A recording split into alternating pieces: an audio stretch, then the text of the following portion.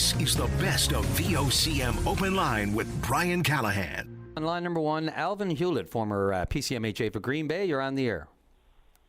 Good morning. How are you? Morning, sir. Still dusting off the cobwebs from the announcement on Monday.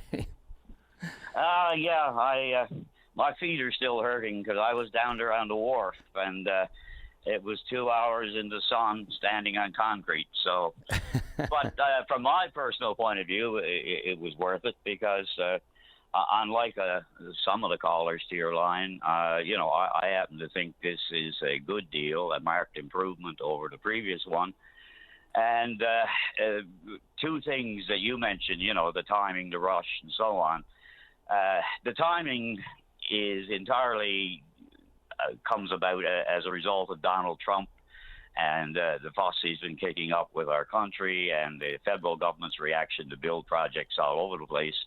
And I think it's just pure luck that we happen to be in intense negotiations with Quebec when the federal government is on this kind of building spree. And I think the three things just came together well.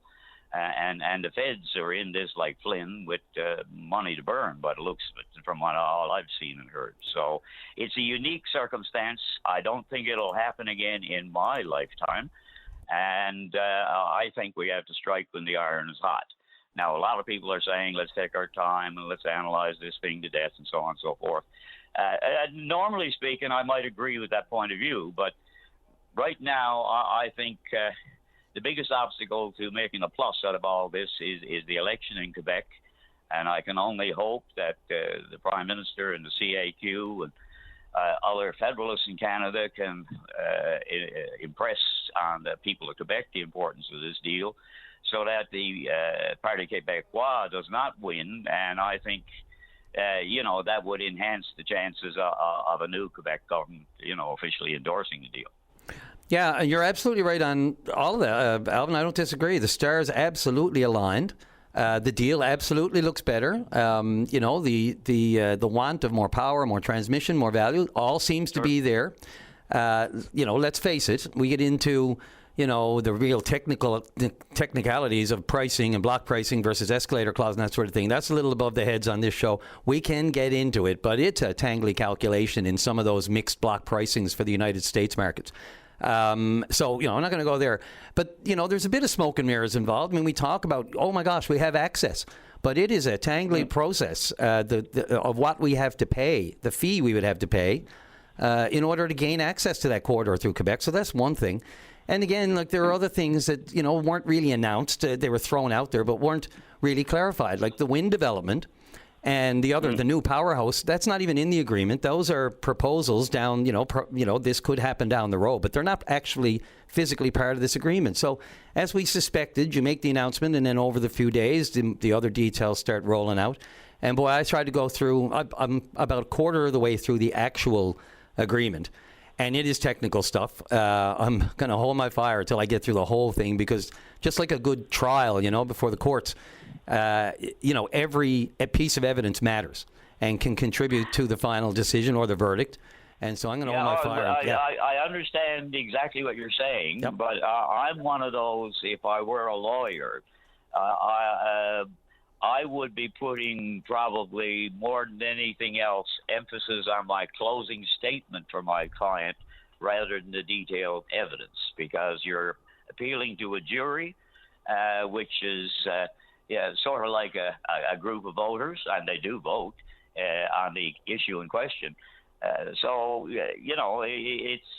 It's a different dynamic there. But personally, I think one of the reasons that people have been kicking up lately is, there's no referendum and so on and so forth. The problem with a referendum, I'm deadly opposed to a referendum, by the way, deadly opposed. I was advising the government on things relating to this, when they were in opposition and so on and so forth. And I was pleased that they came up with a position that they were going to vet the MOU. I was not pleased that they came up with a position that afterwards they'd hold a referendum. I think referenda are dangerous. They can be manipulated and twisted. Brexit in England is a perfect example. They'll be paying for generations. for voting stupidly on a throwaway question. So referenda are dangerous. I suppose one could make an argument for another review by, a review committee or something. But the problem here is that the timing and all of that sort of stuff is coincidental, but it's not going to last. If we get ourselves a good deal from the Yanks, as it would appear, the latest news is saying that we're close, the urgency of the federal government to build these kind of projects and whatnot will not be as great. They might not be as generous with their wallet because the immediate threat of the Americans is lessened somewhat. So I think we have an opportunity here. And personally, I've heard people on your open line say, why is it that we only get information from leaks from Quebec and so on and so forth? They are fighting an election campaign. The details are in that document you're trying to plow through. What they say in public, what we say in public to some extent, is political because it's, the governments are headed by politicians. So, and, in the case of the Quebec premier, she's facing the fight of her life. And I've told the intelligentsia locally, I don't care if she tells the Quebec people that we're giving them the power for free, just as long as the Parti Québécois doesn't win. It's all words, that's all. It is. It's all words. You're absolutely right. Is it not promises, though? I mean, words are promises. And we've signed a document, and the details of what we've promised to each other and to the federal government, all three involved, are written down there. And personally, I doubt if I'll ever read that detailed document. I've never done a course in economics, and I would find it as thick as fog to go through. My dealings on these things are at political level, and generally, first I feel it in my gut before I can even wrap words around it. And my gut tells me that this is a unique opportunity that we need to take advantage of, and it won't last that long. The deal is a good improvement over what we had before, but I fear our society will spend too much time sort of nitpicking ourselves to death, and we may miss an opportunity. Yeah, I'm okay for a bit of nitpicking on this deal since it's massive. But I didn't mean the promise in the contract. I mean, the contract is the contract, albeit non-binding at this point. Sure. I'm talking about promises made to the people, Alvin. I mean, you know as well as I do. Your word is all you have in politics, right? You got to. I understand that entirely. And one thing I found out the other day, I asked someone up there on the hill, has anybody in your cabinet ever been in the cabinet before? And the answer is no. These people are all new. They drew up an election platform that called for vetting of the MOU, the previous one. And I think they earnestly threw in the referendum as a further democratic exercise in the whole process.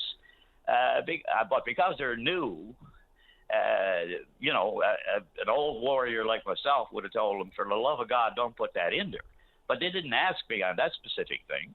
And if they had, I would have said, don't go near it with a 50-foot pole because it's too dangerous. But they did. But I think they earnestly put it in for the right reasons, but I still think it's a dangerous thing. Well, it may have been the right reasons for them at the time. The right reasons would have been to get elected.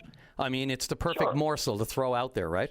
Well, I mean, the job of a political party is to get itself elected. Joey Swallowhood said the job of politicians to get himself elected, to get himself elected, to get himself elected. And even Joey said that, and he's a sacrosanct idol. No question about that. It is to get elected, but at what cost? And look, you only have your word, right? So I can't get past it, agree. really. I think, personally, I think they made a mistake on promising a referendum, and they're trying to correct that mistake. That's my personal view. Well, I wish you'd say that, Alvin. Like, instead of dancing around it, this is urgency, this is timing, I'm going to ignore the question. I'm not going to say yes or no. I'm not going to tell you what question we're thinking about. I'm going to drag it out over 8 months and make you think we're going to have one. Pull the wool over your eyes, won't be transparent, won't be open. And then at the last second, as soon as we have the deal, which I said I couldn't do anything until I had a deal, no referendum. It's a bad way to handle it. I understand where you're coming from, and I would understand where, political opponents to the current government are coming from, because, the nature of journalism and the nature of politics is for people to question to cast doubt on the other side's point of view and to really dig into the weeds on everything. I mean, that I understand. All I'm saying is I think I know why they promised a referendum, and I think it was innocently done. But once they got into this, and certainly people like me, and I'm sure a host of other old political warriors have been sending them messages and emails saying, for the love of God, don't go near this referendum thing. It's too dangerous. Now, have they handled it properly and, changing their position and whatever? That's for, you people in the media and the public but you surely decide. I mean, wouldn't you admit that? But no, I mean, they changed their mind, obviously, and I'm glad they did, put it that way. Listen, Alvin, always a great chat. I'm right on the break. But look, thank you, and keep it coming. I love it. And I love your commentaries that you send along, too. So, we need to continue these discussions, absolutely, in light of this. Keep it on front burner. Thanks so much. Appreciate it. Thank you. No problem. This is the best of VOCM Open Line. Let's go to line number 2. Colin, you're on the air. Good morning, sir. How are you on this Wednesday? Wednesday's always good. There's you're at the top of the hill now. It's all downhill from here. That's right. We got a reprieve from the old man apparently. in the old office. Yeah. So life is good for another 48 hours, Oh, my God. That's about it, though. No. Yeah, nothing like living by the seat of your pants. Yeah, I don't know how businesses are doing it like that. The stress and the pressure on these companies, some of them are really make or break on these tariffs. And what they might be asked for to do retaliatory-wise, I don't know. But, yes, sir. Yeah. I want to talk about Premier of Ontario, Doug Ford, and legislation that came into effect this week, on Monday, I believe. Part of the Keeping Criminals Behind Bars Act of 2026. That's a nice title for bail legislation, right? Really, really cuts to the chase, doesn't it? Yeah, you're a criminal. Yep. So you got to stay behind bars, even if you're applying for bail. Last time I checked my read of the Constitution, if you're charged with a criminal offence in this country, you're presumed innocent until proven guilty according to law in a fair and public hearing before an independent and impartial tribunal, and you have a right to not be denied reasonable bail without just cause being shown. Yeah. But I digress. That's only the Constitution. It's only the supreme law of the land. Who gives a monkey's rear end about that, right? Yeah, we've seen what they care about the Constitution south of the border as well. But I'll just leave that there. Cash bail. If you're charged with an offence in Ontario now, as of Monday, you're going to have to cough up some cash to be released. On the spot. Yep. Yeah, you had to pay that within 2 business days, the full amount, which is kind of interesting. It takes the whole, reverse onus thing to another level, right, Colin? Well, that's right. And even if you're charged with an offence, you make a very good point. Even if you're charged with an offence that's reverse onus, even say murder, and some drug offences and things like that, but murder is the most common one that most people understand. There's the reverse onus on that. Even with reverse onus offences, you still have to come up with the cash. Even if you prove that you should be released, you still have to jump through the hoop now. I couldn't believe coming up with the cash. Yeah. Right? Yep. So a number of civil rights groups, the Canadian Civil Liberties Association and others, and the Criminal Trial Lawyers Association, they filed an emergency or an urgent application in the Ontario Superior Court of Justice, arguing, among other things, that the provincial government doesn't have the jurisdiction to enact this legislation, that it infringes on the criminal law power of the federal government, as set out in the Constitution. It makes the argument, among other things, that bail is and the criminal law process is the exclusive jurisdiction of the federal government, and the provincial government is acting, I believe the term is ultra vires, outside of its jurisdiction. Also, they argue that it violates the Constitution, the Charter, your right to bail, and your right to be presumed innocent. The Supreme Court of Canada ruled in 2020 in the Zora decision that the default position for bail for most offences is to be released on an undertaking. Yeah, and the question too, Colin, I'll ask is, should it be held against someone that they might not be able to afford it? It might have nothing to do with the offence, but if they can't afford it, are they going to be swooped up in that net? That's right. So if you can't afford it, it creates a two-tiered system of justice. Yep. Those who have the cash and those who are indigent or otherwise can't afford to come up with the money. And you could be not even poor. You could be working full-time, making a decent wage, and you might not have the financial resources to scrape together within 48 hours the required amount of cash bail to be released. Yeah, that's kind of why I said, can't afford as opposed to poor, because there's a difference, right? Yeah. So it's those who can immediately access that money and deposit it with the court, and those who can't. And I just find that kind of disturbing, actually, because like I said, you do have a constitutional right to bail, and the Supreme Court of Canada ruled in 2020 in the Zord decision that the default position is to be released on an undertaking for most offences, and that any conditions that are attached to release should be necessary and least onerous and minimal. And that was a 9-0 decision by the Supreme Court, by the way, on that. And they also said that when there's a court has to make a consideration for bail and what conditions that an accused should be released on, the presumption of innocence is also tied to that decision. And the Supreme Court of Canada has constantly said that you cannot consider bail applications and the question of bail and the constitutional right of bail without also considering the right to be presumed innocent. And this is lacking, I think, with the Ford government, Yeah, that's where the conflict absolutely exists. And we know here in this, I've sat through enough of them, the usual process, you have someone who comes, once, there's a consensus, whether it's agreement between the Crown Defence that you can be released, then the sureties kick in. These sureties, where you say, okay, I've got my mom or I've got my uncle or I'm living with this person and they're going to vouch for me. They're going to make sure I stay on the straight and narrow. I'm not going to breach conditions of my bail. And in response, if I do, then they may have to pay up. And again, I've tried to find out how many times that actually happens. It really doesn't happen at all. Very often the money is never really, taken. Because it can be so onerous to go through the court process to prove that there was a breach of bail beyond the actual initial charge. So it's a tangly process, and in most cases there will be an agreement, consent, right, between the Crown and Defence. And if sureties have to be there, then that's the way you put up the money. You put it up, but you don't lose it at that point. This would just take it away right away. You'd have to put the cash on the table, and they take it, that's right, hold on to it, and then if everything works out okay, you get it back. Hopefully. Yeah, hopefully. Hopefully, because what if they decide, right? You go through trial, you're acquitted, but then what about civil forfeitures and all this sort of thing? Notwithstanding the fact that you're acquitted in a criminal trial, the government could still take civil action against you.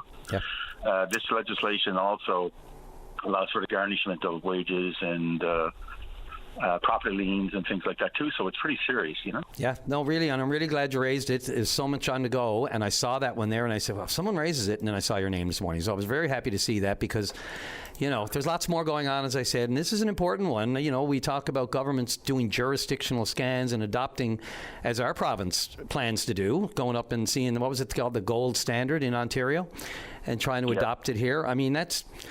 we let governments to have original ideas, not necessarily just go copy and paste all the other provinces, what they do. That's the easy thing. Go on a trip. Oh, this is what they do. Okay, we're going to adopt it. Or come up with something that's more tailored to our system as opposed to the Ontario system. Maybe, we can, that's what we get paid for or pay consultants for.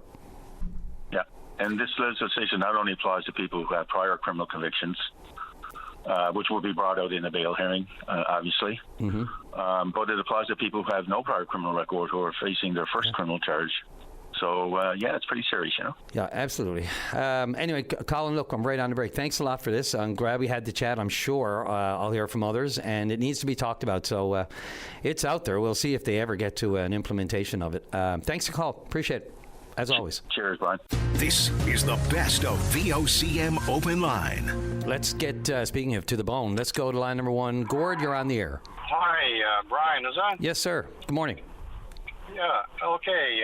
I've been trying to get my head around this agreement with Quebec over Churchill Falls, and basically I've just got some simple figures I'd like to throw out. Yes, sir. Go right ahead.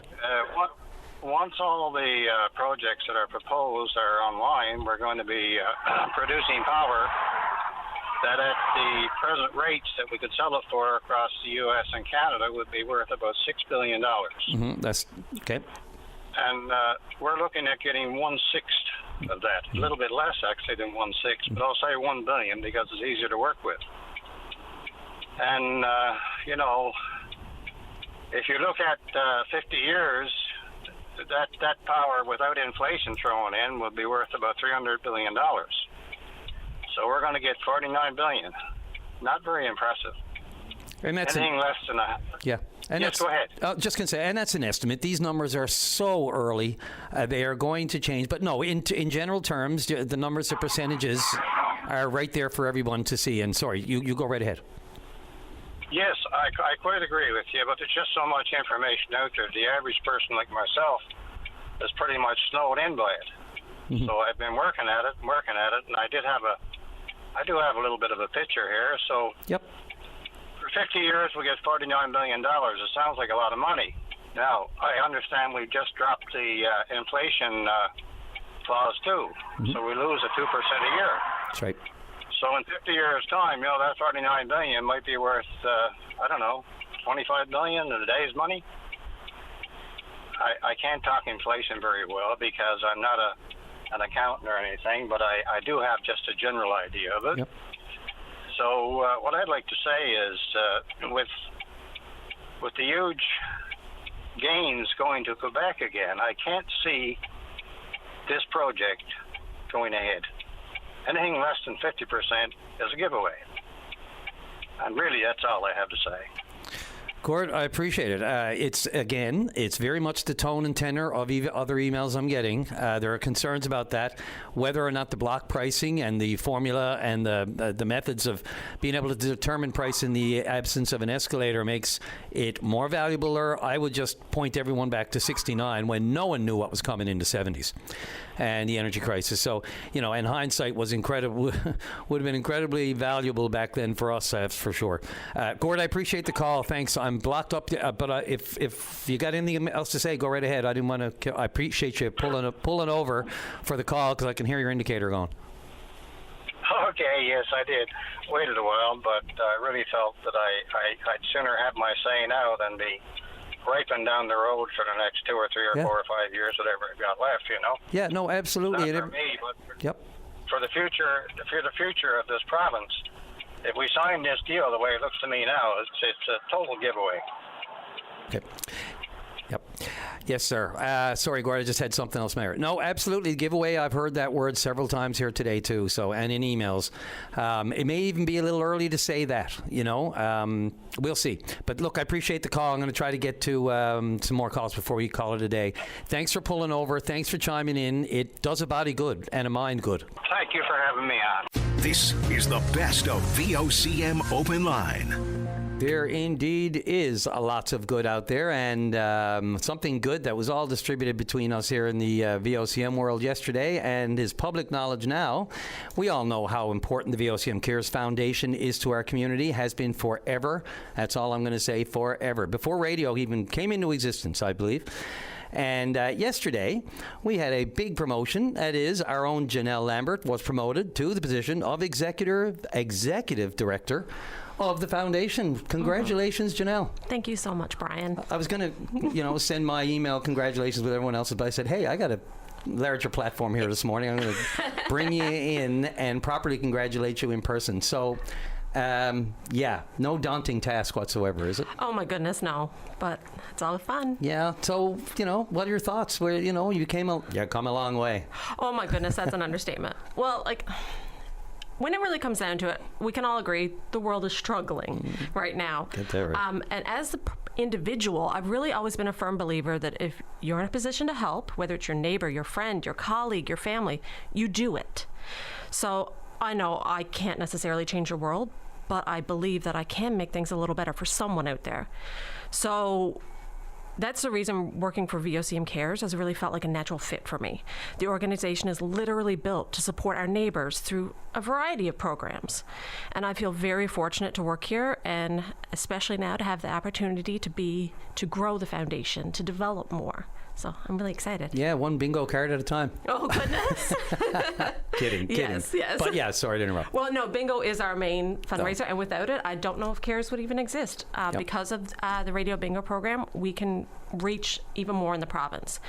So really, the difference between, we've had this question a couple of times. So okay, I was a manager for the last couple of years, but what's the difference now? So as the manager, really, I was focusing on, day-to-day operations and running the programs we already had in place.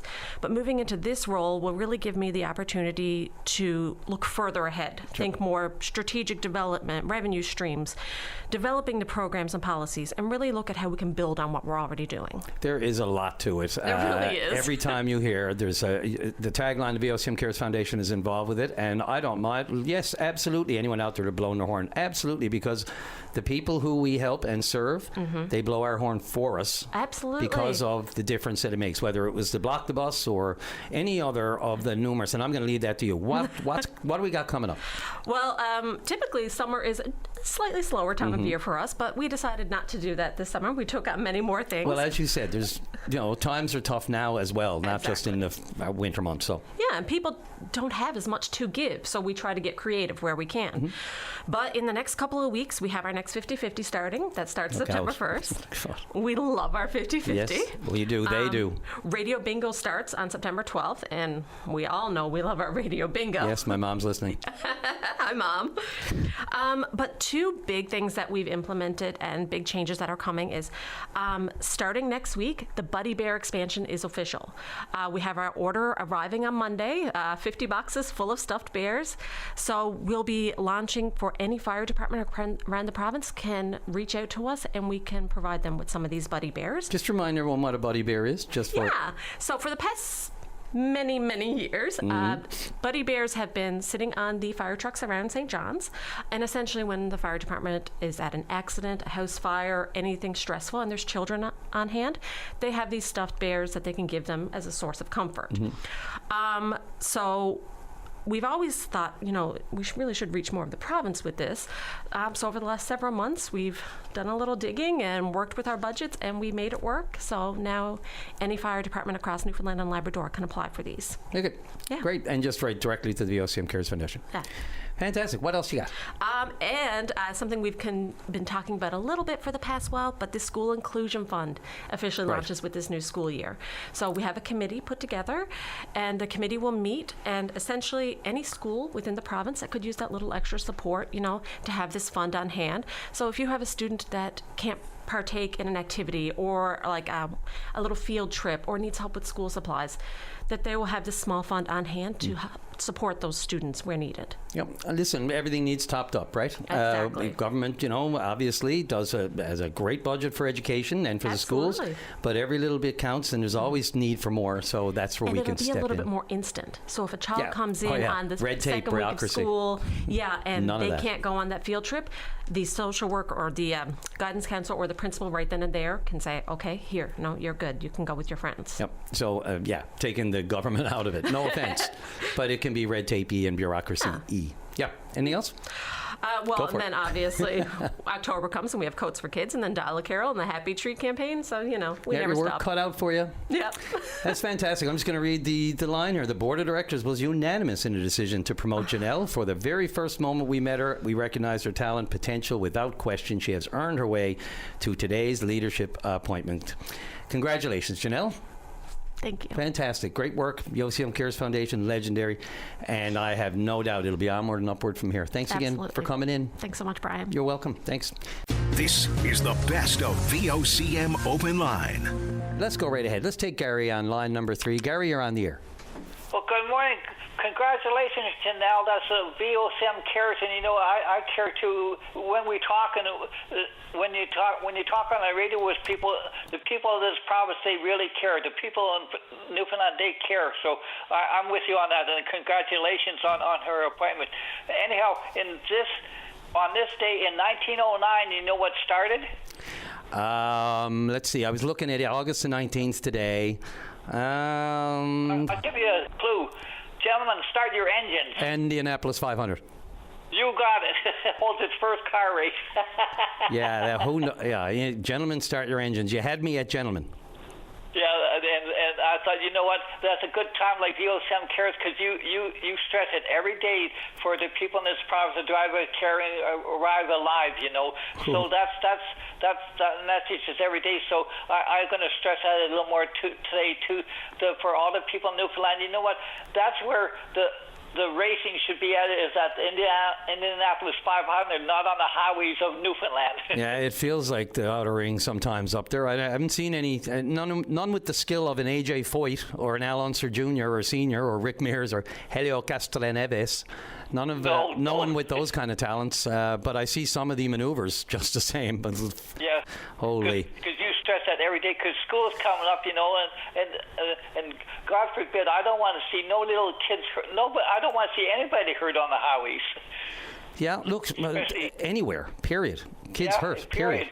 You know. Yeah. So that's why I thought that's pretty. That struck me today, because I have this calendar, Brian. I got this calendar that gives me an update on history every day. And this one, the Indianapolis Motor Speedway holds its first car race. I thought, wow, you know, you could watch that on TV. And that races, it starts and it's over in that's 500 miles they're going, and they're going 200 miles an hour. Yeah, 1911. I mean, come on, goes back a bit. Yeah, 1909. Or 909, I'm looking at the... was it? Yeah, I thought it was 11. Yeah. Okay. I was off by 2 years. 1909. Why did I have 11 in my head? I'm not sure. Anyway, yeah. There's something else. There's probably something else in 1911 that was important in history too. So there is, because I got one of these things every day on this calendar, and I like it. I thought, man, every once in a while I got to phone the history, and then you got it right away. Wow, you should be on Jeopardy.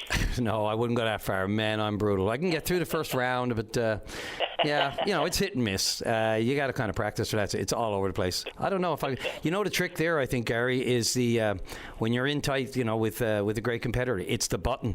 There's a method to the madness of actually ringing in, if you will, or being able to hit your button before the other person. For some of them, from people that have been on the show, you know, you hear them talk about there's an art to that as well. The timing of when to actually hit the button to answer the question. That in and of itself is a skill on Jeopardy.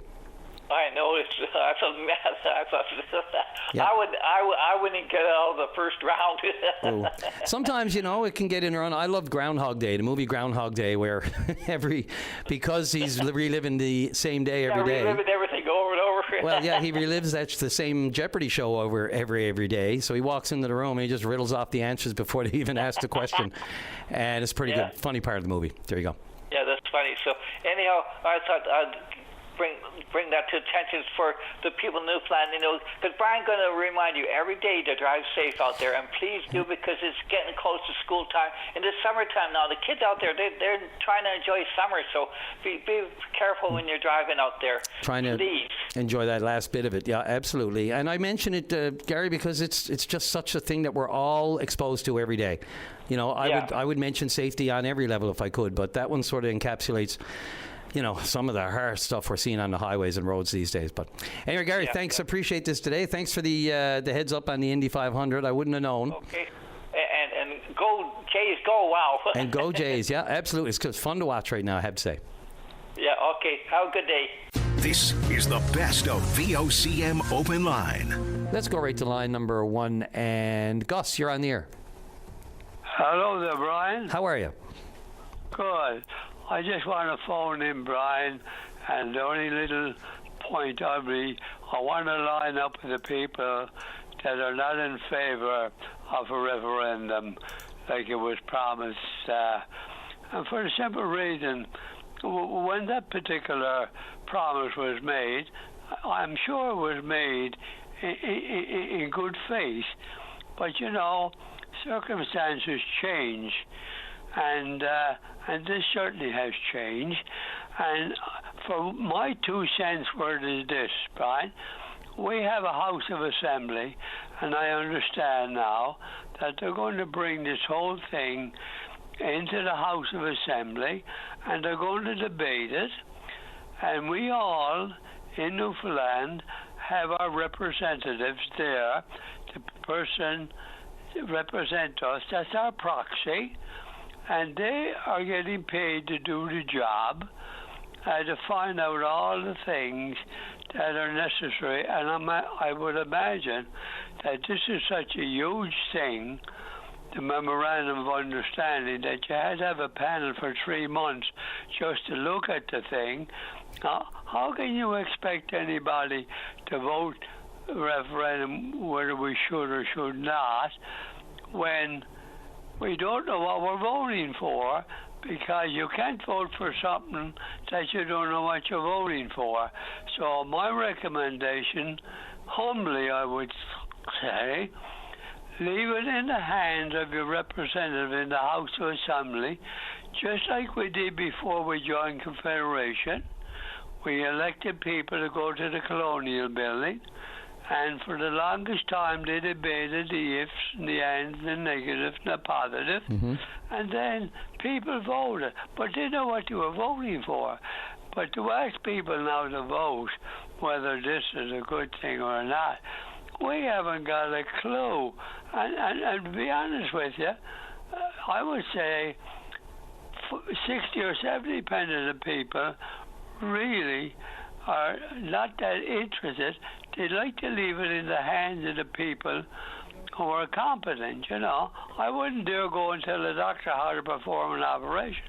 Should I take a referendum on it?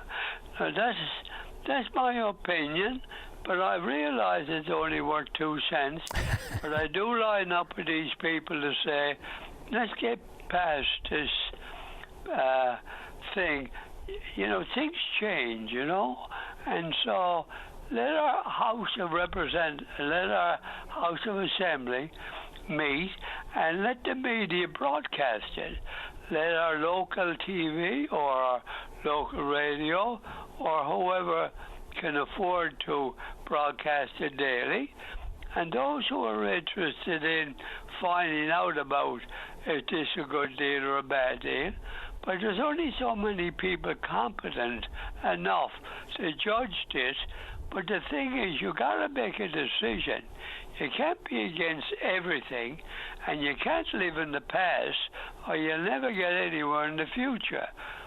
And for my opinion, and I suppose I shouldn't say this, but maybe I should say it, we have a very competent man now in Ottawa. He's a statesman. And since he took over, Canada has been put on the map like never before. He spent his first year traveling around the world, getting to know the people that count. He's a competent man, and he's a gentleman, and I put all my trust in him. But if we can't trust somebody, I mean, you got to trust somebody in lifetime, you know. So that's my sermon for today. You can take up the collection now, Brian. I can feel, yeah, here they come down the aisle to pass the plate in. Another 25 cents. And it's funny you say, Gus, I laughed at your 2 cents worth, because we can call that your own personal escalator clause. Yes, there you have it. Good. And you know, I can buy anything with 2 cents. Maybe we used to refer to them as a Banner Caramel. That's way before you were born. I'm a senior citizen, but I'd be glad to share the Banner Caramel with you. Yeah, well, I'll take it. I'll take whatever I can get. I'm not that too young. I'm a '67 baby, so you know, I remember when you could get stuff for 2 and 5 cents. That's how old I am. Indeed, you can. These were the good days, Brian. Oh yeah, Sinnott Store over on Southside Road. Look out! Boy, I'm telling you, it's amazing. I got a tooth left in my head. Well, listen, congratulations on your new job there. And I would say, Brian, I wouldn't have your job of sitting in that seat for all the tea in China. Because, you know, when you're dealing with the public, and that's the way it should be, everybody got a different opinion. But, you know, they're entitled to their opinion.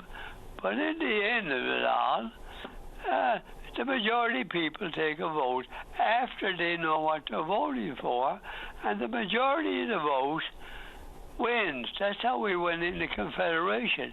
As you know, we only went into Confederation by 1%. Hair of our chinny chin chin. Who won. Yep. But you know what, Brian? The best thing ever happened to Newfoundland, in my humble opinion, that we joined Canada. Because now as we look what's going on south of us, we got the greatest country in the world. I wouldn't live anywhere else. And that's in my sermon again. Thank you, Father Gus. Get off the phone. People say, I think I haven't got a clue what he's talking about. Not at all. I think you're speaking for the masses in more ways than you believe, than you know. It's all sage, good-tempered advice and opinion, and I appreciate every bit of it, Reverend Gus. Thanks for the call.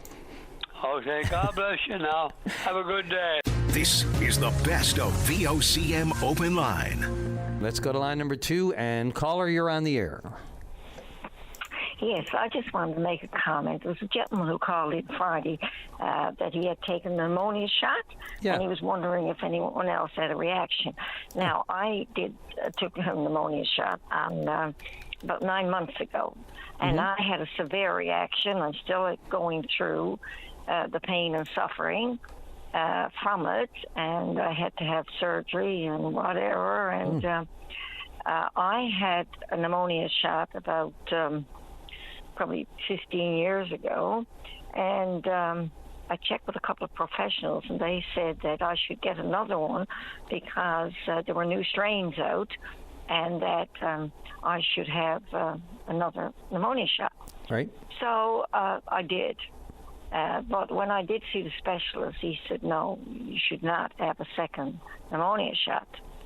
But what was his reasoning there? Like, did he say why you should not specifically? Well, he said, no, one was sufficient, and you should not have a second, And so, like, I was perfectly healthy and very active and doing all the trails and involved in all sorts of fitness and everything. And then to the point in the past 9 months, I can't do anything like that. I can hardly walk very far. And so I'm trying, slowly recouping and still seeing people and different health professionals, in other words, and I'm in physio.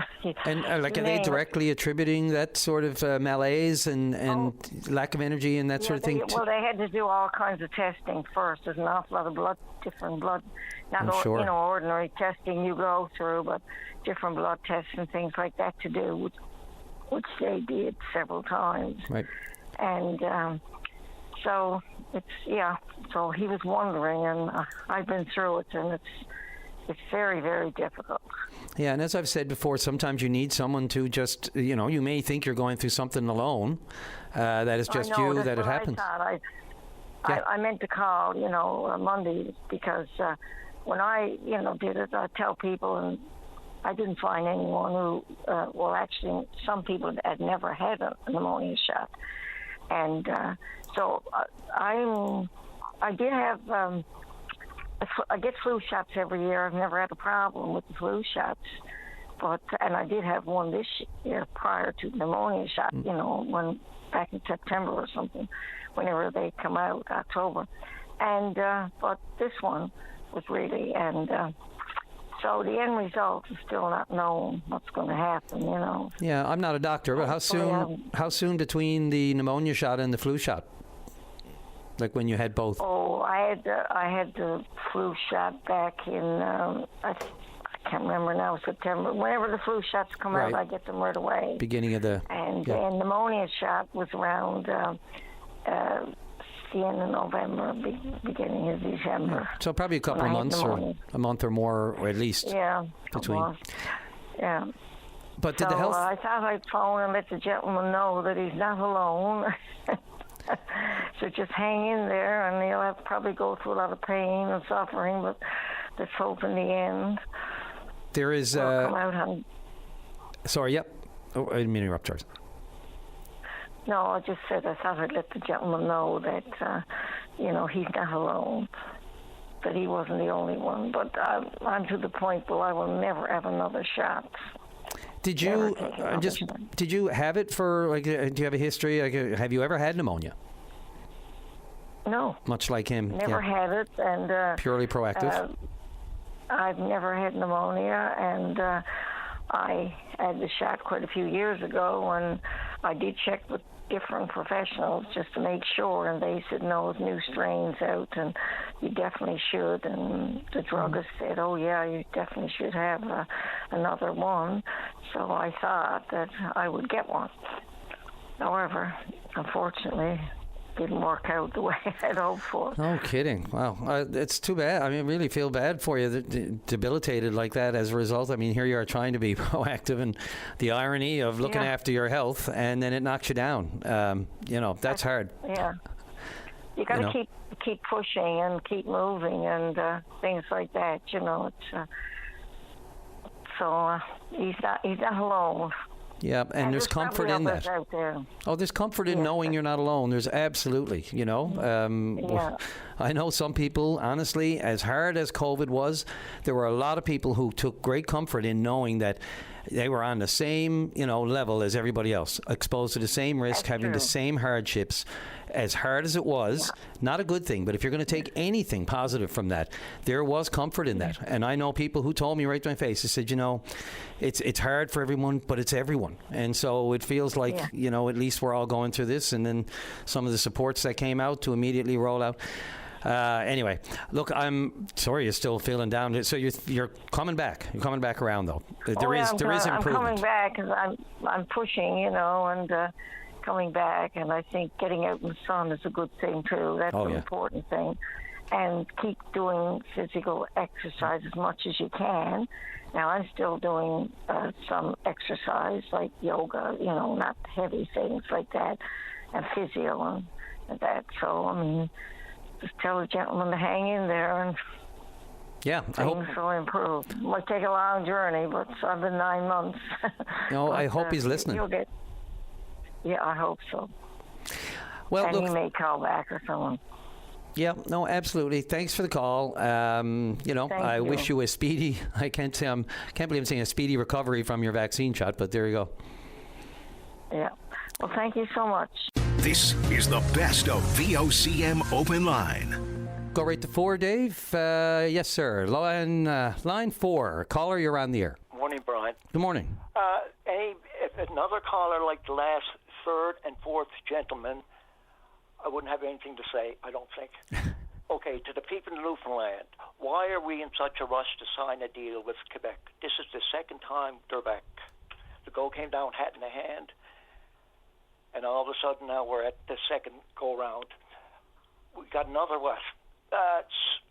14, 15 years before our contract with Quebec expires. What's the rush? Maybe some money men will come in, Bill Gates and his friends. Maybe they'll come down and want to invest here.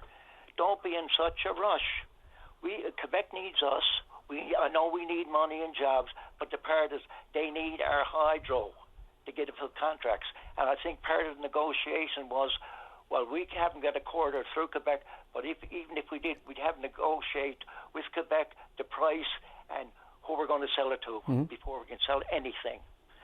Referendum-wise, okay? Yep. I'm tired of people saying in Newfoundland and Labrador there's only about 20 people who will understand this. This is why we're not going to have a referendum, because they won't understand. This goes back to, remember the old days? Newfoundlanders and Labradorians are too green to burn? Yes. I didn't mean to insult anybody in Newfoundland, but that's what it was said, yep. To. Yeah, okay. Now the part is, let's have a referendum. Now, to anybody with a contract, I don't care if it's automobile insurance, house insurance, whatever, would you sign a contract if your insurance guy or your agent came around and said, here, sign here. Don't read it, just sign it. Would you? No. You'd want to know what's in the contract, and if you didn't know, couldn't understand it, you get somebody, a relative or somebody else to explain. Now, there's no, what's the problem with that? You don't sign an agreement unless you actually know what's in it. And God knows an insurance contract is not the simplest thing either to figure out. So there you go. No, but you get somebody to explain it. You wouldn't just sign it. Right. My old man told me years ago, if somebody gives you a blank check and says sign it, you don't, man, unless you're a real fool. You know what I mean? And that's no insult to any of your listeners. No. Okay? But the part is, let's have a referendum. Okay? Why not? It was promised. Wakem broke his word. And if we had recall legislation for politicians, I'd be with my placard out there in front of the Confederation building say, let's get rid of him. I would. I voted for the man, and now I'm shaking my head at what I voted for. I thought this was great. But we still got, like I said, 14, 15 years before our contract with Quebec expires. Take our time, no rush. They came to us. Remember all the times that they refused? Now all of a sudden they're down the second time around. Was good. Now, if Carney wasn't involved, I might be saying, okay, let's see what they're offering. But don't forget, Carney's top advisor, his former job was CEO of Quebec Hydro, or Hydro-Quebec. Sabia, right? yep. Yeah, okay. Now, like I said, and that got the hair on the back of my neck standing up. Now, I think that's all I want to say about that one. But one other thing about the feds. Now, I've been trying for about 5 or 6 days to get a message to Joanne Thompson and Tom Osborne. And all I'm getting is, can't take your call. I want to get somebody to leave a message, and Joanne Thompson is in Kearney's cabinet. He ran on his reputation. Everything he came up with, he turned around and changed his mind. Everything that he wanted to do, he was going to give Trump the elbow, knows how to take care of him. Does he have any stocks or bonds or a finger in any pies down the States? Because he's always changed his mind. All I was going to say to him, would you please not sign anything with the free trade agreement till the deadline passes for the tariffs? And if Trump gets on telly and says, okay, we're going to take all the tariffs off Canada, we're not going to implement that 51, no extension, we're just going to take them off. Now, if he said that, get back at it. The people for the free trade agreement are turn around their back last minute. You don't do that. And the part is, we're not looking for anything. All we want is tariffs off, and Donald got his hand out. It's like the bully in the schoolyard. If he, every day you give him a handout, give him your lunch, he's going to be back for your lunch money if you all of a sudden you take your lunch money. Absolutely. But the part is, that's what, look, he's looking for stuff. He keeps changing his mind, but the part is he mentions tariffs, and the Canadian government are shaking in their boots. I'm waiting for Carney to get down and kiss the ring. Truthfully. Well, who knows what he's kissing behind the scenes. But I will say that, Trump, speaking of his handout, he's shown his hand. I mean, throwing the XL pipeline, the Keystone, into it. And then, of course, we know the booze. He's under incredible pressure to get U.S. alcohol back on the shelves in Canada. So we know, and the auto sector is another, and the sectoral tariffs. Oh, my God, only because we don't have enough time. I appreciate the call. I'm going to try to squeeze in a couple of more before the end. Okay, remember the bridge and putting the booze back on the shelf? That's a provincial decision. And, man, I'm glad I had you this morning. Thank you very much. Sorry for ranting like that. No, this is what it's for. Never apologize for it. That's great. Thank you very much. Appreciate it. Just, the time is the time, and I got no control over it. But appreciate it. Don't be a stranger. Take care. This is the best of VOCM Open Line. Right to line number 5. Time is of the essence. Nate President Jerry Earle, you are on the air. Good morning, Brian. Thank you for taking the call. And thank you for calling and being available. I know it's a busy day, and you're headed over, I guess, to this protest at the Health Sciences very shortly. Just for our listeners who may not have been able to scan the headlines today and maybe didn't have a chance to listen, what is this about today, Jerry? This will be a first rally that has taken place in front of Health Sciences, even though that represents trade workers in a number of our bargaining units. It's to draw public attention to, number one, the value that trades workers brings to a number of public entities. In this case, we're in front of the Health Science Complex, but that represents all the healthcare facilities in the province, and then others, whether we are MRS bargaining unit or NL Schools General Service. This is a group of workers that much infrastructure, Brian, would not be able to function without these workers in it. They are certainly not recognized for the value and often the dangerous work that they do. They have been working with their union and union staff behind the scenes to working groups trying to draw attention to it. And today, many issues left unresolved, and sometimes we've seen initiatives that have only caused further division, such as we've talked about those in the Maintenance Operations Service Bargaining Unit, where they implemented market adjustments for some and not for some others. Yeah, and so just, to boil it down to layman's terms, what exactly do these, just give me some example, what do these workers physically do? Like, these are workers that most would not see if you're in relying on public services, or even in the winter, for example, when you see the heavy equipment out there on our highways plowing the snow. Well, all that equipment got to be maintained and repaired behind the scenes. A lot of work goes into that, so we have our welders and our heavy equipment technicians. In the health science, for example, other healthcare facilities, whether it be in Gander, Grand Falls, and Rose, all the electrical work, the plumbing work, the painting work. Number one, they have not the resources to be able to do what they need to do, but most often, just use the analogy of an electrician. If he comes into your house or my home or somewhere to do a piece of work, they can shut down the electricity, for example, and do the work safely. Most don't realize a hospital cannot shut down. So there may be procedures taking place in the OR. So the electricians that work in these hospitals, they have to actually work what we call live. So they cannot shut down the electricity to the building. They're in there. And when others come in from private contractors sometimes, they actually have to do the dangerous component of the work. So the electricians coming in from external can do their piece of work because others are not allowed to actually work live. So it's significant. We're hearing issue after issue in these public buildings. And we're hearing about all these big projects and the value of trades workers, the need for trades workers. Yet the various employers there, and government is ultimately responsible to Treasury Board, they clearly don't value the trades workers which they directly employ, which is ironic. When every announcement we hear ministers and premiers and past and present governments talking about the value of trades workers in Newfoundland and Labrador, yet the very ones they directly employ, they do not appear to value those. Yeah, look, this contracting out issue, it just is cyclical. It comes up every single time. We look at the Auditor General's reports, and it talks about the money spent versus the investment in our public service. But do you ever get concerned that it just becomes white noise to government? When we talk about boiling points and can't take it anymore, and it's at a breaking point, and then when it technically doesn't break, government says, see, they're just going off again, and they're just doing what unions do. The problem is, Brian, it always does break. If you listen to what unions were saying a decade ago, long before the pandemic, the issues we're going to have in healthcare, if they did not address the shortages we had then, well, we're living that today, what we cautioned governments about 10 years ago. We have been cautioning governments for the last 24, 36 months what's going to happen in the trades area if they did not pay attention. What's going to happen is a lot of this public sector, which is absolutely needed to run our hospitals and our highways, repair equipment, and do work in our schools, these big projects, Minister Parrott is right, we have trades workers there. Guess what? They're going to drain them all from the public system. Taxpayers in Newfoundland and Labrador are going to pay significantly more than for contracted out services because they're not going to do it for the value of the work they currently get from employees. And I can tell you there's many errors we make, and you'll probably hear one the next while now where just in the new health science emergency, I'm only learning this morning, there was a piece of work that was done.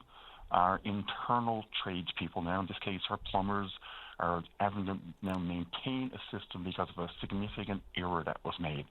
So the in-house workers have to fix something that was done by contracted out workers?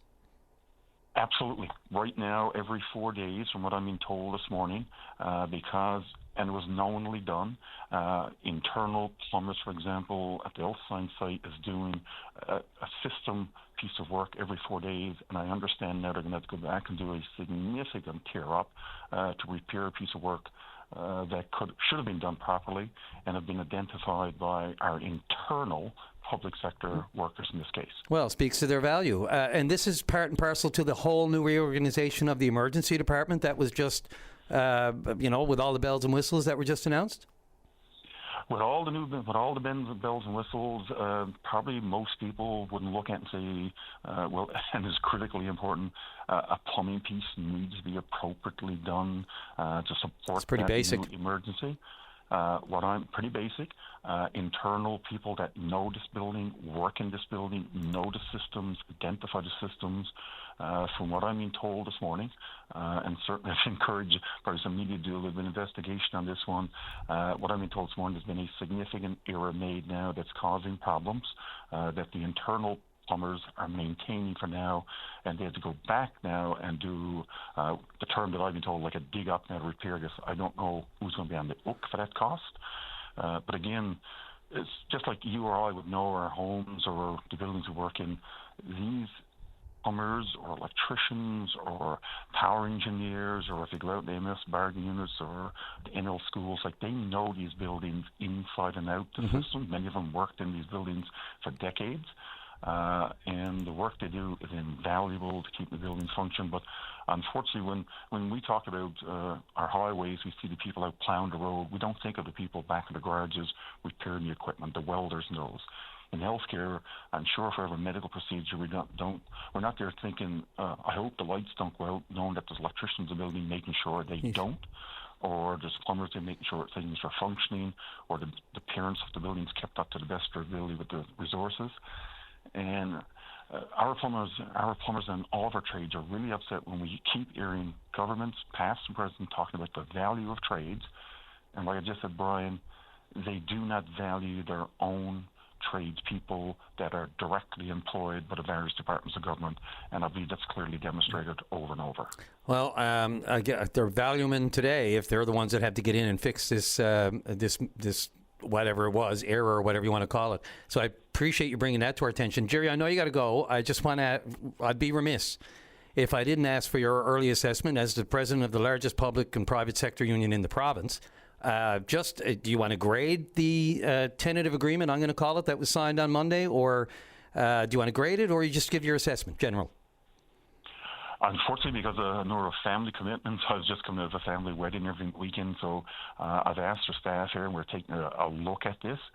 We certainly will be providing your opinion on it, looking at what's in there. It'd be unfair to me probably to grade its point, but we certainly will. I always look at, and you just said tentative, in this case an MOU, bargaining is, and I look at bargaining, and I know on a different scale than this is, bargaining is always extremely difficult. People don't understand the challenges in it, and that there's always multiple sides to a bargaining table, and everybody has to come away, not just a singular side with positive outcomes for the constituent. I know in the case of a union, we had to come away, but also the employer. So I'm curious to see what has changed, what enhancements being made in the beginning, and you're always going to look at something and say, well, could we have gotten this? Couldn't it have been better?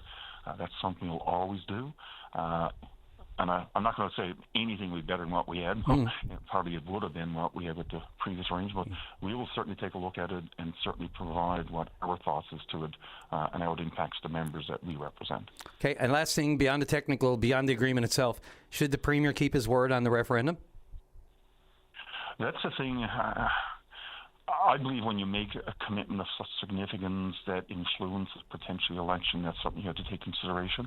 Not having talked to the Premier, I don't know what the rationale now is from walking back from that, because sometimes, again, you make decisions and then things change along the way, but that was a pretty significant commitment that people listen to. So I'd like to hear the rationale for walking back from that, what significantly changed. For me, to make a commitment, I'd have to have some significant change to walk back from that. Sometimes it happens, but again, not knowing the full reason for doing that. But I can understand why people would be upset, because people were looking to that to happen. Fair enough. Listen, you've given me more than enough time. Thanks again. Jerry Earl, President of NAPE, thanks again. Good luck with your event, I'll call it, the protest over at the rally, we'll call it, over at the Health Sciences today. Thanks again for your time. Not a problem. Thank you very much for the opportunity. This is the best of VOCM Open Line. Go to line number one as promised. Donna, you're on the air. Hey, Brian. How are you? Hi. Pretty good. Thank you. How are you? Pretty good. Currently at Walmart. Oh my God, my. Okay, I'm not going to say it. Walmart, wonderful company, the wonderful employer, and all the rest of it. But I can only spend so much time in the mayhem. Oh yeah, it's crazy. The reason why I actually tried to call yesterday, but you guys were like flat out. It's just the MOU and just trying to understand what that means for actual Newfoundlanders, not the politicians, but the actual Newfoundlanders, because, like, I'm also a union member, and Mark Carney was talking about how he was going to have like 5,000 jobs open for Newfoundland Labrador, and it kind of doesn't work that way, you know, and that's from past experiences with different industrial companies. It's a lot of name hiring, so you're not going to get like a 5,000 actual worker. You'll get workers, but you're not going to get like numbered workers, like you'd have to call and bid on a job. Yeah, these are the nominal numbers, they would say. Yeah. So, and I'm thinking there's going to be a real big buddy system out there, like it has been on the past jobs. Like, I would know for a fact that the GFs would be name hired, then they'd name hire their own foreman, and then their foreman would name hire their buddies. You know, it was like one of those systems. And if you get called in, if you put a bid on a job and your number comes up and you go out there, the first mass hire for concrete pours, as soon as that's over, everyone's laid off except for their buddies, you know? And it's unfortunate. I've already talked to union reps about it, and they're like, well, you know, it is what it is, and, you know, you can't change that. It's just union, you know. Yeah. Donna, what's your, if you don't mind me asking, just your background on that? Like, good knowledge of it, absolutely, just as you said, as it works. And there's been suggestions. I'm a carpenter. Okay, yeah. So, I mean, yeah, so for you personally, you hear this announcement, you know, do you change your life? Do you start looking at your bank account? Do you start looking at where I'm living? Are you getting hyped for it? I mean, are you hyped? No, not at all. I'm done with it. Like, I'm still a union member, but I don't bid on jobs and that anymore. I'm just tired of it. I'm a school bus driver, as you know. Yes. But I mean, you know, yeah. Yeah, I know. Like, when they start putting this big mass thing, saying, oh, yeah, we're doing all the hiring and stuff, I won't even bid on it because I'm set now. I'm happy where I'm at. Okay. And I'm not, you know, I'm just not changing it. I'm fed up. Like, I've been in that system for close to 18 years, just all the stuff I went through with them, and I'm like, no, I'm done. You know, so. Yeah, and I mean, I'm going to say the job you're doing, like, it's pretty rewarding, but also quite the challenge at the same time, given everything that's happening in that realm. I mean, as a school bus driver, boy, I got to be honest, you know, I spend as little time, I hate to say it, I used to love to drive, but I spend as little time as possible now trying to traverse the roads. It's just, dare I say, on wheels. It's just very, very dangerous these days. It is, and there's still, just for an example, this morning I was driving into town, and I was on the bypass road, which is like in Torbay. And this lady was behind me. I was doing the speed limit, and she was behind me, and she was like right up my butt. And she waited until she passed the passing lane for her. She actually waited. She waited until it went into the no pass for us, and she passed me. And I'm like, yeah. She had all this time to pass if she wanted to do it, but no, she waited until it became illegal and then passed me. And I'm like, that makes no sense. Like, people do not make any more sense. They're done, you know? So, and then starting in September, going back and having to put up with all of that. But the only benefit for me is that I'm driving this huge bus, you know? And they'd have to be driving with their eyes closed if they can't see it, you know? Sometimes it feels like that. Yeah. Yeah, more often than not. Everyone's just in their own head now. It's, you know, they're not looking around. They're not conscious. They're just stuck in their own head.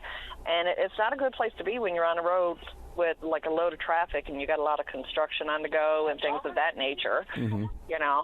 It's really become every man, woman, and child for themselves, right? There are pedal pushers out there. It's all offensive instead of defensive driving.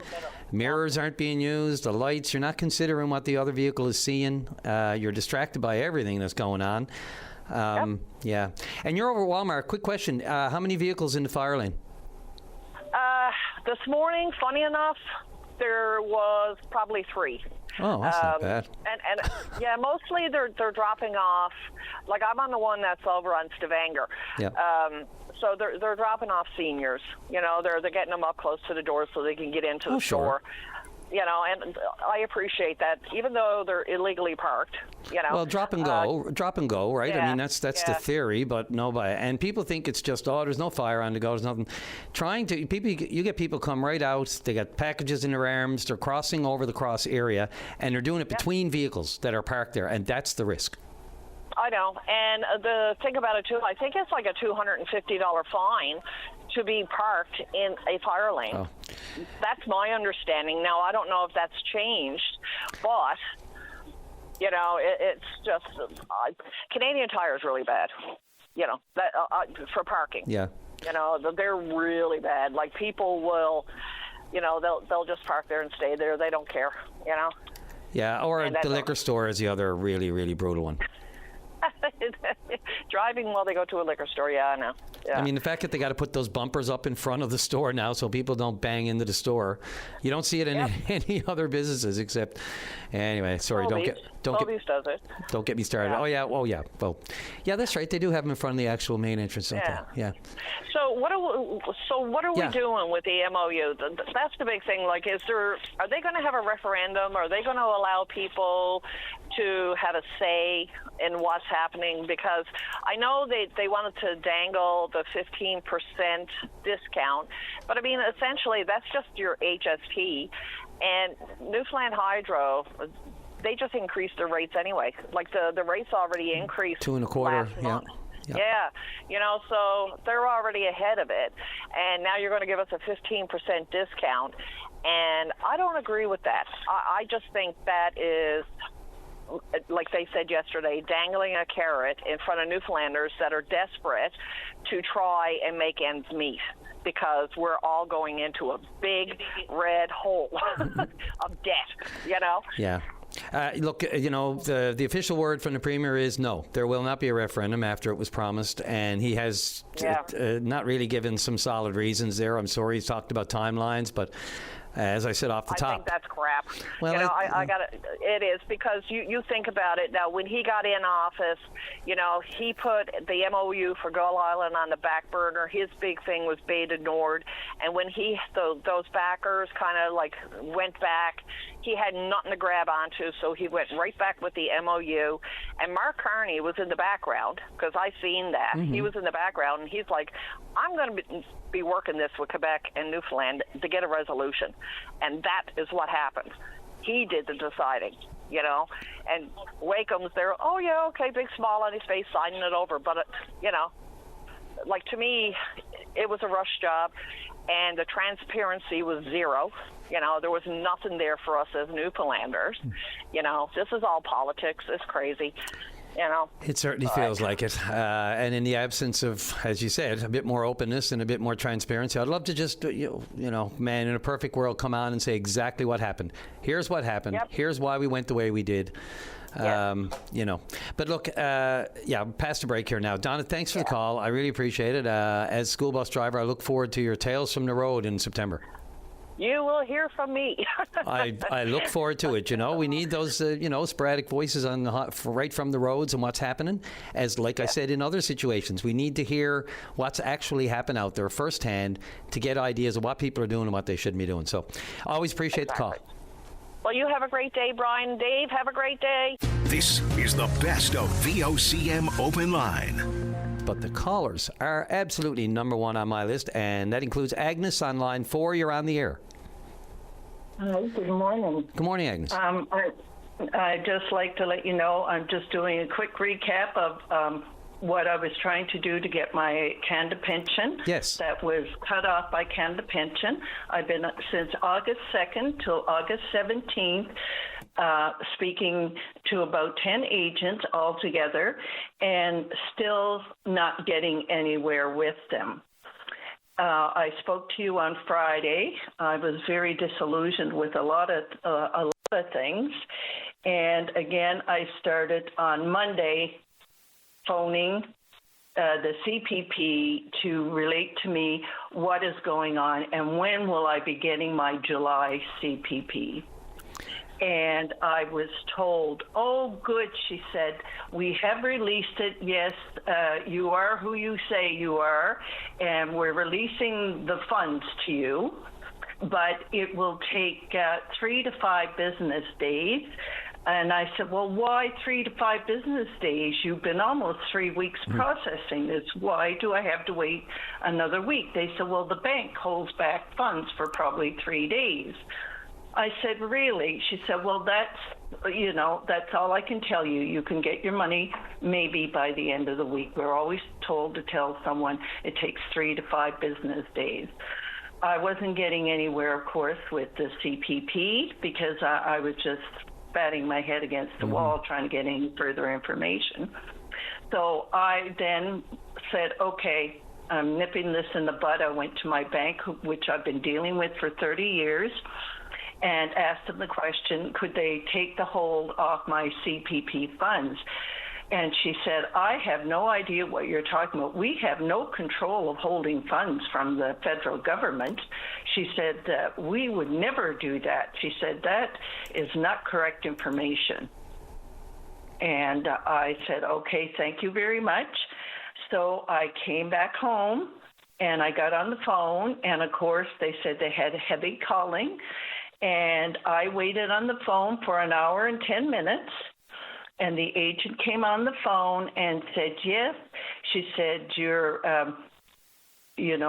claim or whatever they referred to is being processed. It's been released. We verified the information, and it's 3 to 5 days before you would get your money. And I said, well, I spoke to an agent earlier and said the bank was putting it on hold.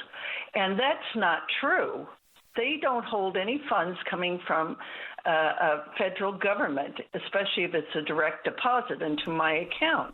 So when can I expect to get my money? I want an answer to know. You took 3 weeks to say, yes, okay, I am who I am, and you got all the correct information. And now you're telling me I have to wait again almost a week to get my money. I said, I'm not accepting that. I want to know what the procedure is. And, of course, you are not getting past that phone call person. She said, we've been told to tell everybody that once the funds are released, it takes 3 to 5 days, business days, to get into your account. I said, well, I was told the bank holds the funds. And, of course, they didn't respond to that. And I said, this was a request I put in for my dire situation.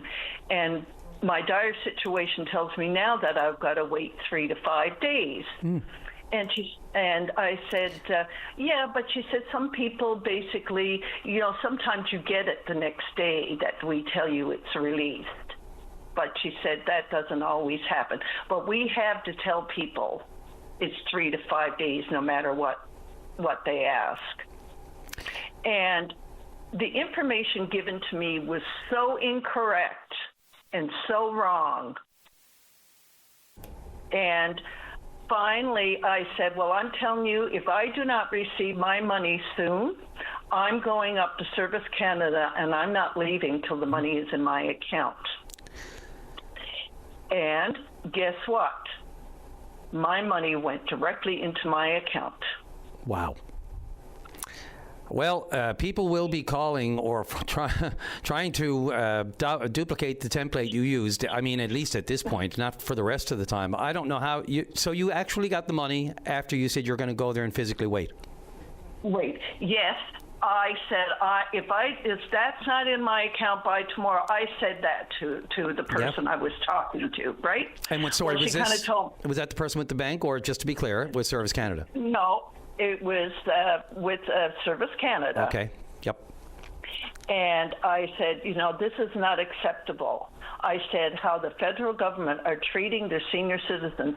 I knew I'm not getting past that girl. She's just there to answer the phone and told certain things. I was really mad.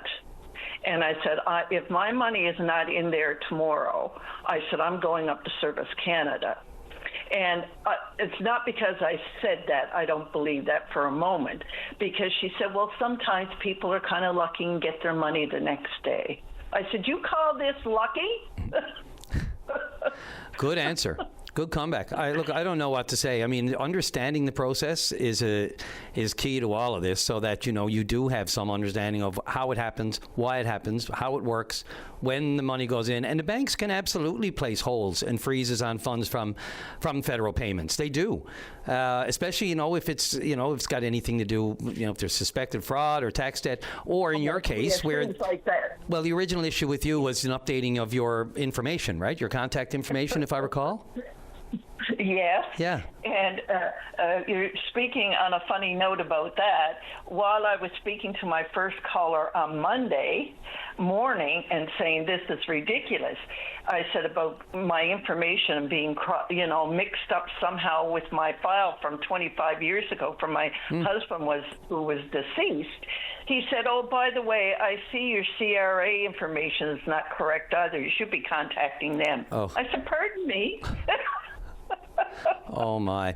It sounds like you've spent more time on the phone than I have in the past 3 days, Agnes. Anyhow, which is saying something. I'm just saying I called it my crusade. Yeah. And I was consistent, and I kept on them every day from August 2nd till August 17th and on the following Monday. And if I had not done that, I still would not have gotten my money. I believe that to this day. And I just want senior citizens to be aware that, just saying it's kind of, it's in the system, and that's all we can tell you. They will not go any further past it's in the system. Yeah. And in many no cases, matter what is I was going to say, in many cases, they rely on the fact that not everyone has your intestinal fortitude or your energy or your patience to pursue this the way you did. And it might be said diplomatically until you said, look, okay, it's gotten to the point now where I'm coming up there. And whether it was a coincidence or whether or not they actually acted at that point, I guess maybe we'll never know. But I think the only reason you got your money was because you stayed on it. And not everybody has that advocacy in them, Yes, and they said, oh, by the way, due to your circumstances, we also, with the deposit, we added your August CPP, which was supposed to come out, the 27th or the 28th of the month, right? I said, oh, good. Now I'll tell you, maybe, I'm sorry to be a negative person, but let's see what happens in September. Oh God. We'll cross that bridge when you get to it, hey? Although. Yes, exactly. But anyhow, I just like. Yep. The senior citizens to be aware it's hard to be persistent. And don't think for one moment it was easy for me and what I went through, because I did my share of crying and trying to get people to listen to me. But because of my personality, I might have given up for the weekend because I was tired of fighting with everybody about everything. But, again, I got ready for Monday morning, and sure enough, it all started again. But anyhow, I was just going to say, Agnes, but how sad is that? Like, get ready for Monday morning. Like, this was something you had to all of a sudden mobilize yourself for at the beginning of a week. I'm going to plan this out. I got to do this. Oh, my God. Aren't there other things you'd like to be doing? And instead, this is what the federal government has reduced it to. I was in such a state. I spoke to you on Friday.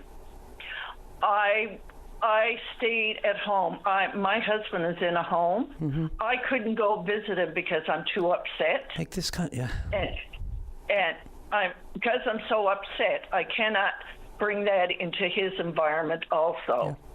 So I just said to him, I'm sick. I can't come in. And he has no idea of what I've been going through because he's ill. And I don't want to bring that on him. So people got to realize, they think, oh, you'll get your money when you get it.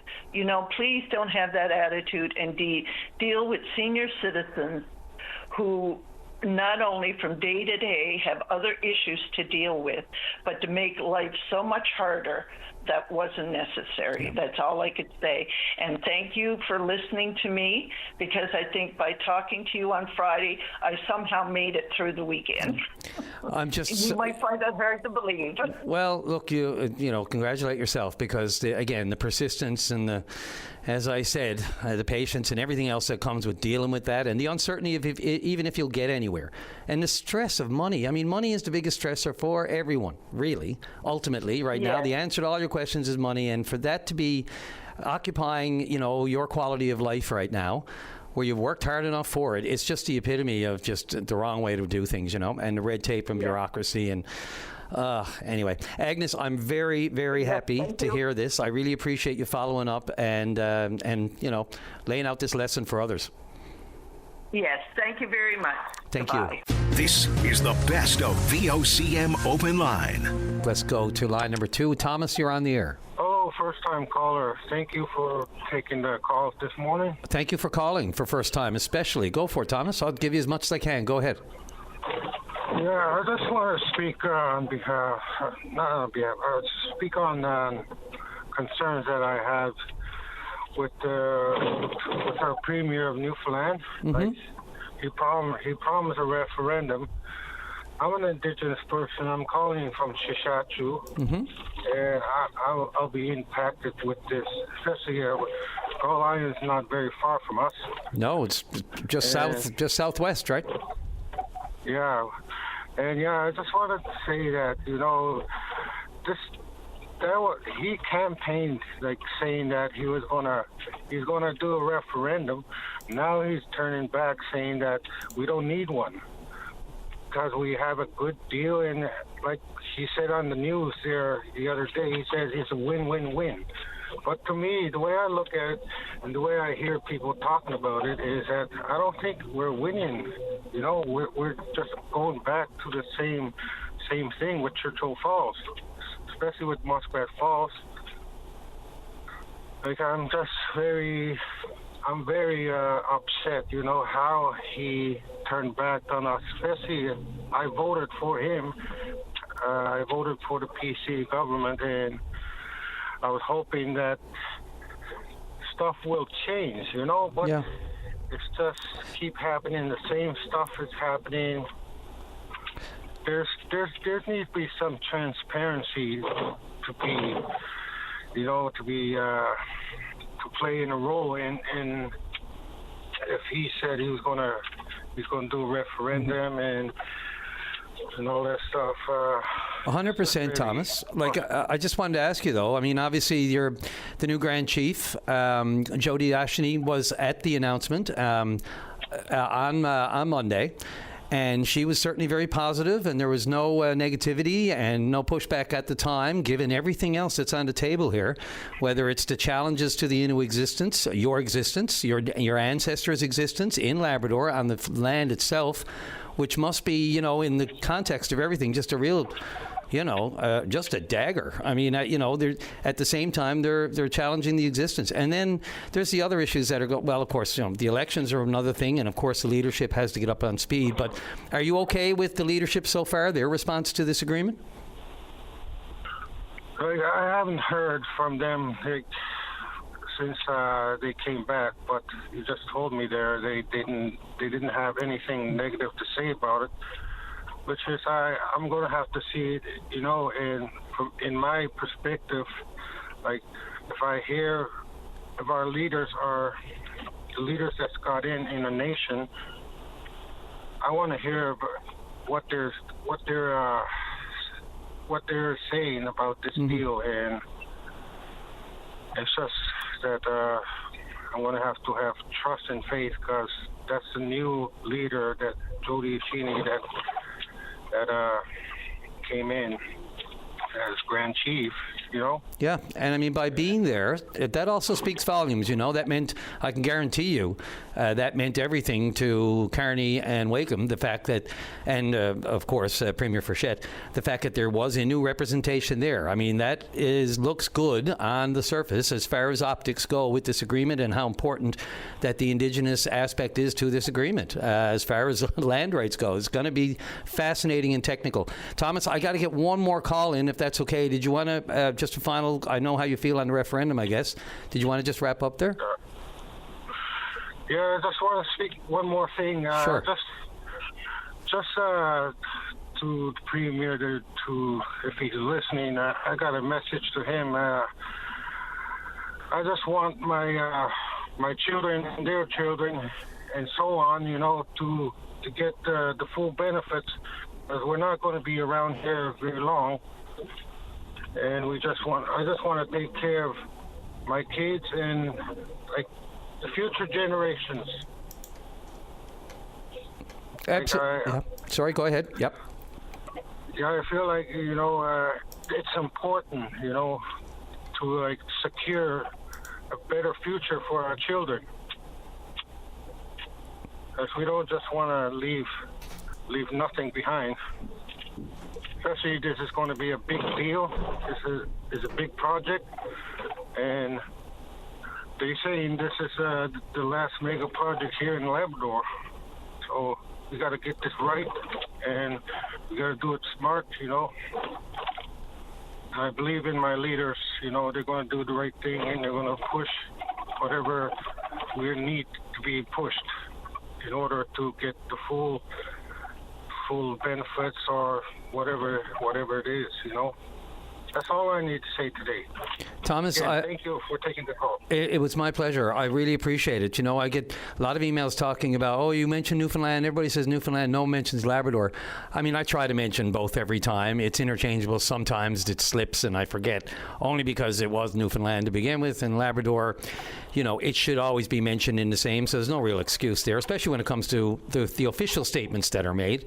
I don't give it much, when people are just saying it in a sentence. So I give a pass sometimes. But absolutely, we need to hear, if Labrador doesn't get its due out of this, there'll be something to say, because, we just heard it yesterday. Just the Labrador Trough alone. It'll be interesting to see the private interests that line up for that once they actually get their head around the mineral capacity that comes from that, and the critical mineral capacity. I wouldn't be surprised to see NVIDIA in these places lining up yet. So, now that there's a real focus on it, the Prime Minister has been there on the ground to promote it, and that gets extra eyes on it, and it's more serious in the world of private business and investment. So there it goes. Thomas, thanks a lot, and I know it was your first call. Please don't make it your last. Okay, thank you. Have a good one. Thank you. You too. All right. That will just about do it, as long as I don't turn off my microphone. Okay. Thanks, Dave. That was a wild one. Thanks, everyone, for making a great show. What's this, Wednesday? Right on. We look forward to your calls tomorrow on these topics or anything else that's on your mind. Once again, please drive safely. Arrive alive. VOCM cares.